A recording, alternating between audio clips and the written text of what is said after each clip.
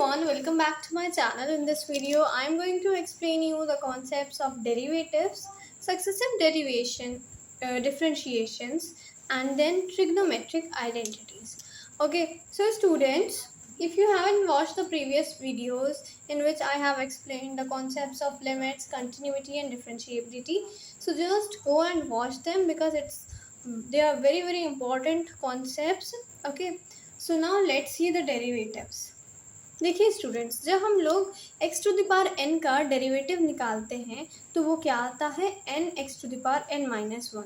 मतलब कि जो भी पावर होती है वो हमारी नीचे मल्टीप्लिकेशन में आ जाती है वेरिएबल की, और फिर जो न्यूमरेटर होता है उसमें सॉरी जो पावर होती है उसमें क्या हो जाता है, वो माइनस वन हो जाती है। ठीक है, सपोज यहाँ पे तो अभी हमारा n है, अगर यहाँ पे हमारा अभी एक्स स्क्वायर होता और मतलब कि n की वैल्यू 2 हो जाती तो क्या होता हमारा 2x, और x की पावर कितनी हो गई 1, because 2 minus 1 is 1। Okay, so in the same वे अगर हमें x का डेरिवेटिव निकालना है तो x का डेरिवेटिव क्या आएगा 1 वाई, बिकॉज x की पावर में 1 है ना, हम लोग 1 को यहाँ पे मल्टीप्लिकेशन भेजेंगे, then x to the power 1 minus 1 तो क्या हो जाएगा x to the power 0, and anything to the power 0 is always 1. Okay, so in the same way आपको ये जितने भी फॉर्मूलाज गिवन हैं यहाँ पे आपको सबके जो भी डेरिवेटिव्स हैं आपको लर्न करने होंगे। ठीक है, जिससे कि आपकी कैलकुलेशन जो आगे है वो बहुत ही स्मूदन हो जाएगी। Now derivative of sine x is cos x and cos x is minus sine x. ठीक है, in the same way sec x का डेरिवेटिव क्या है, sec x tan x. Then cosec x का क्या है, minus cot x cosec x, ठीक है, cot x cosec x. Then derivative of tan x is sec square x and cot x is minus cosec square x. In the same way derivative of log x is 1 by x and e to the power x का derivative क्या होता है, e to the power x। ठीक है, e to the power x का हमेशा हमारा derivative क्या होता है, e to the power x। Now a to the power x का डेरिवेटिव ये थोड़ा सा ट्रिकी होता है। ठीक है, क्या हो जाता है, ये simply a to the power x वाला पूरा टर्म हमारा आ जाएगा, देन मल्टीप्लिकेशन में log ऑफ दिस कांस्टेंट। ठीक है, log to the base e, log a to the base e। Okay students, so in the same way ये हमारे कुछ इनवर्स ट्रिग्नोमेट्रिक रेशियोज हैं 6, sine inverse, cos inverse, cot inverse, tan inverse, cosec inverse and sec inverse. Okay, so you just have to learn all these now. अब हमारा next concept है successive differentiation का।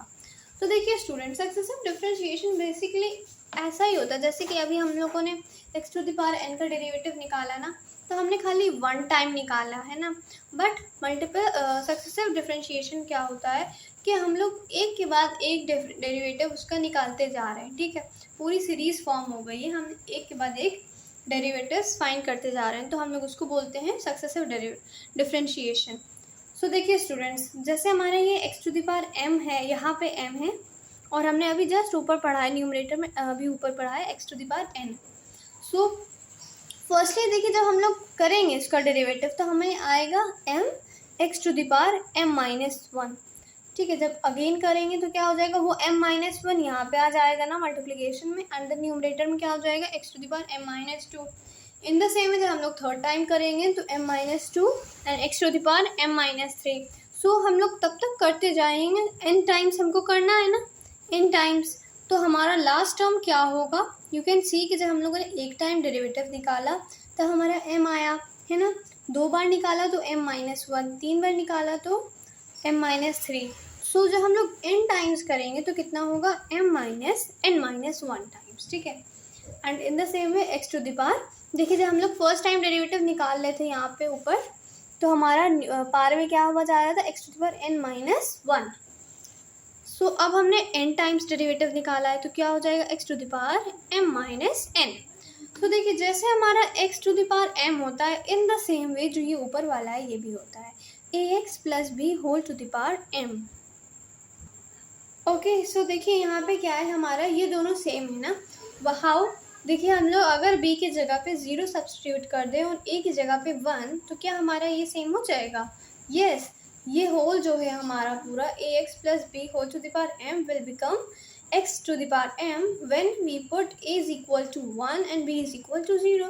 So in the same way हमारा क्या हो जाएगा, ये भी हमारा जो हम लोग इसको n टाइम्स डेरिवेटिव निकालेंगे तो ये जो हमारी नीचे वाली टर्म है ये पूरा सेम यही आ जाएगा, ठीक है। देन देखिए हमारा x के साथ a एक कांस्टेंट भी है ना, तो हम लोग को x का डेरिवेटिव हम लोग n टाइम्स निकाल लें ना, तो उसका कांस्टेंट n टाइम्स मल्टीप्लाई हो जाएगा, मतलब कि a to the power n हो जाएगा। देन इस पूरे का whole to the power m minus n। Now in the same way हमें a to the power e to the power ax का निकालना है। So it's derivative is a to the power n e to the power ax. In the same way, derivative of nth derivative of a to the power x is a to the power x times log a to the base e whole to the power n. So in the same way हमारे सारे formulas इसी वे में design हुए हैं। अब हमें जो है क्या करना है, हमें इन सब को लर्न करना है, ठीक है। अब देखिए साइन एक्स का हम लोग पढ़ेंगे तो क्या हो जाएगा, साइन एक्स का हम लोग जब nth टाइम डेरिवेटिव निकालेंगे, सो फर्स्ट डेरिवेटिव क्या होता है, साइन एक्स का कॉस एक्स होता है ना, तो जब हम लोग इसका n टाइम्स डेरिवेटिव निकालेंगे तो क्या हो जाएगा, sine x plus n by two. In the same way cos का भी x plus n by two.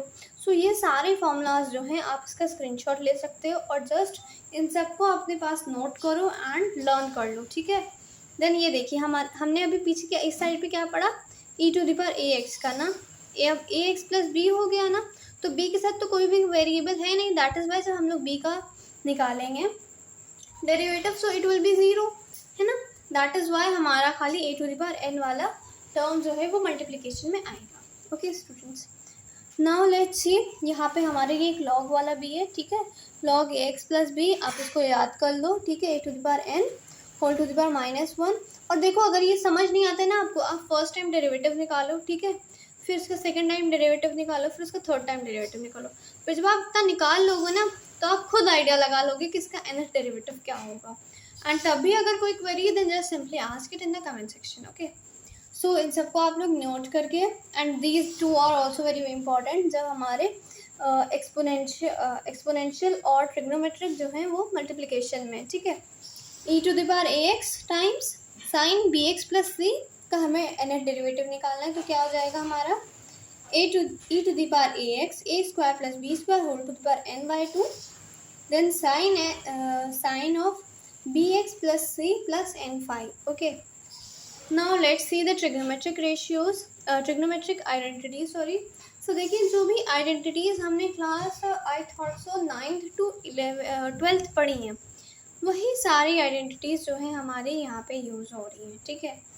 सो अगर आपने अभी आपको रिवाइज़ करना है तो आप लोग सारे आइडेंटिटीज़ को यहाँ से भी रिवाइज़ कर सकते हो। अदरवाइज़ आपकी जो NCERT है क्लास 11th की, आई थॉट सो क्लास 11th की जो NCERT है उसमें पूरे एक एक अच्छे से सारे ट्रिग्नोमेट्रिक आइडेंटिटीज़ जो हैं वो मेंशन है। एंड यस, मेरे चैनल पे भी ट्रिग्नोमेट्रिक आइडेंटिटीज़ की बहुत सारी वीडियोस पड़ी हुई हैं, ठीक है। तो अगर आपने नहीं देखी हैं, आपको कोई भी क्वेरी है, so you can see that. Okay, now let's move, क्योंकि इसलिए ये इम्पॉर्टेंट है बिकॉज ये सारी जो आइडेंटिटीज़ हैं ये हमारे आगे क्वेश्चंस में यूज़ होंगी, ठीक है। Now students just see the final example of the which is cos square x times sign cube x. तो देखिए हमने जस्ट अभी पीछे अपनी आइडेंटिटीज़ को रिवाइज करने को बोला है ना, आप लोग वीडियो को वहीं पे पॉज करो एंड सारे आइडेंटिटीज़ को रिवाइज करो, बिकॉज इसी क्वेश्चन में हमारी आइडेंटिटीज़ जो हैं वो यूज़ हुई हैं। सो देखिए साइन 3x को हम लोग हमारा फॉर्मूला होता है 3 sin x minus 4 sin cube x, and sine 2x का फॉर्मूला क्या होता है 2 sin x cos x। यहाँ पे क्या है हमारा साइन क्यूब एक्स है ना, हमें फर्स्ट आइडेंटिटी से ये दिख रहा है ना, तो हम लोग निकाल लेंगे sine cube x is equals to 3 sin x minus sine 3x divided by 4। So हम लोग साइन क्यूब एक्स की जगह पे सिंपली ये जो है सब्स्टिट्यूट कर देंगे। अब कॉस स्क्वायर एक्स है, हमने कॉस का भी फॉर्मूला पढ़ा हुआ है ना, कॉस 2x का फॉर्मूला क्या होता है, कॉस 2x का फॉर्मूला होता है हमारा 2 cos स्क्वायर एक्स माइनस 1, है ना। तो जब हम लोग -1 को इस साइड पे भेजेंगे तो ये cos 2x प्लस 1 हो जाएगा, और 2 times of cos square x होता है और 2 डिवाइड में आ गया, ठीक है। अब बस सिंपल, कितना सिंपल क्वेश्चन हो गया ना हमारा। अब हम लोग इसको मल्टीप्लाई कर देंगे, देन हमने इसको मल्टीप्लाई कर दिया और फिर ये हमारा फाइनल टर्म आ गया यहाँ तक। अब स्टूडेंट्स बहुत ही इंपॉर्टेंट चीज़ है, अब हमें क्या करना है, अब हमें इसका निकालना है nth डेरिवेटिव। अब देखिए क्या अभी भी कुछ हो सकता है, देखिए cos 2x into sine x minus का cos 2x साइन 3x। हमने आइडेंटिटीज पढ़ी हैं शायद ऐसी। सो सी हमारी ये जो आइडेंटिटी है cos 2 times of cos x times sine y is equals to sine x plus y minus sine x minus y. So यही सेम आइडेंटिटी हमारी वाले क्वेश्चन में अप्लाई होगी, ठीक है।